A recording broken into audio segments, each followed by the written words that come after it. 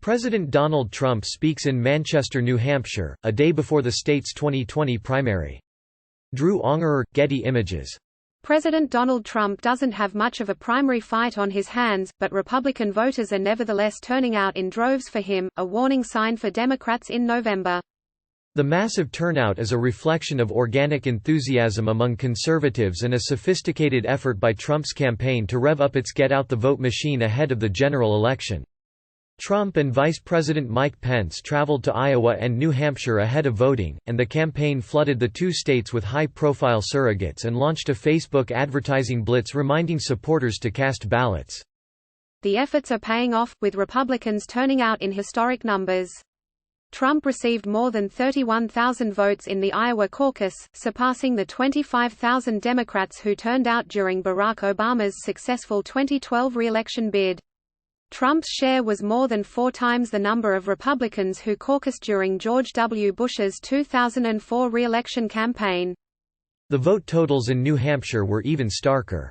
The president received 129,696 votes, more than doubling Obama and Bush's totals.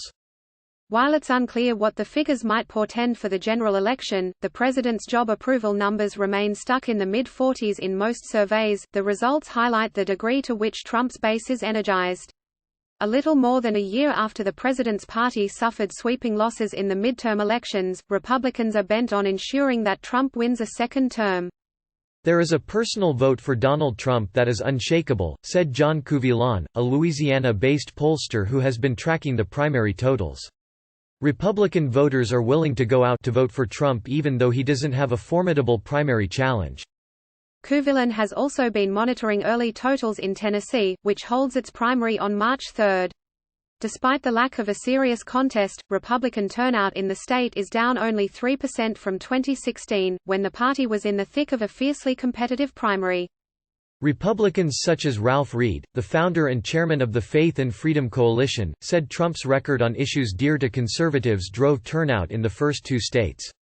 He and others said Democrats' recent impeachment push also motivated his supporters.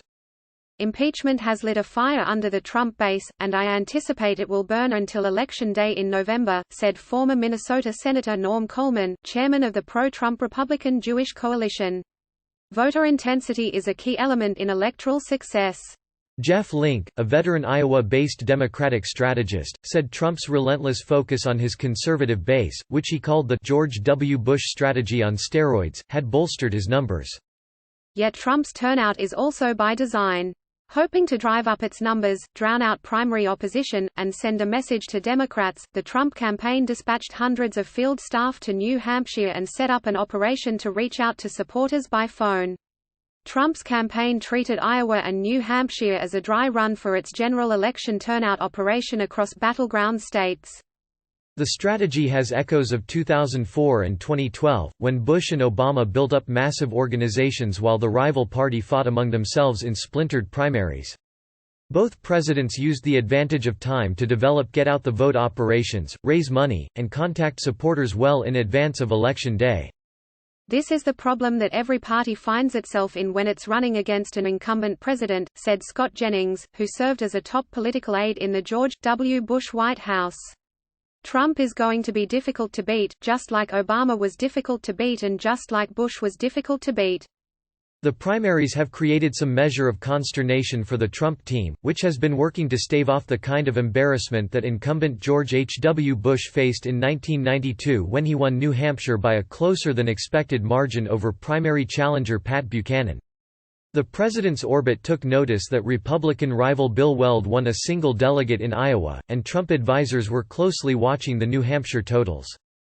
Weld, the former governor of neighboring Massachusetts, ended up receiving just over 9% in New Hampshire. Under Republican Party rules, the Iowa delegate won't end up casting a vote for Weld at the GOP convention unless he receives a plurality of delegates in at least 5 states, a highly unlikely scenario. The re-election campaign has yet to announce whether it will mount get-out-the-vote operations for the next set of Republican primary contests on Super Tuesday, March 3. Trump is slated to hold a rally in North Carolina on March 2 before the state votes the following day. Democratic turnout in the first 2 states was more mixed by comparison. While Iowa Democrats narrowly surpassed the 171,000 vote total of 2016, the party fell far short of the 240,000 record it set in 2008. In New Hampshire, the outcome was more favorable, over 300,000 voters cast ballots, breaking the party's record from 2008. Josh Schwerin, the senior strategist at the Liberal Priorities USA Super PAC, rejected the idea that Trump's turnout is a red flag for Democrats. Trump had bolstered his totals with personal visits and advertising, he noted, and the voter influx isn't entirely organic. Turnout is going to be high on both sides, Schwerin said, and both sides will need to fight for an edge in November.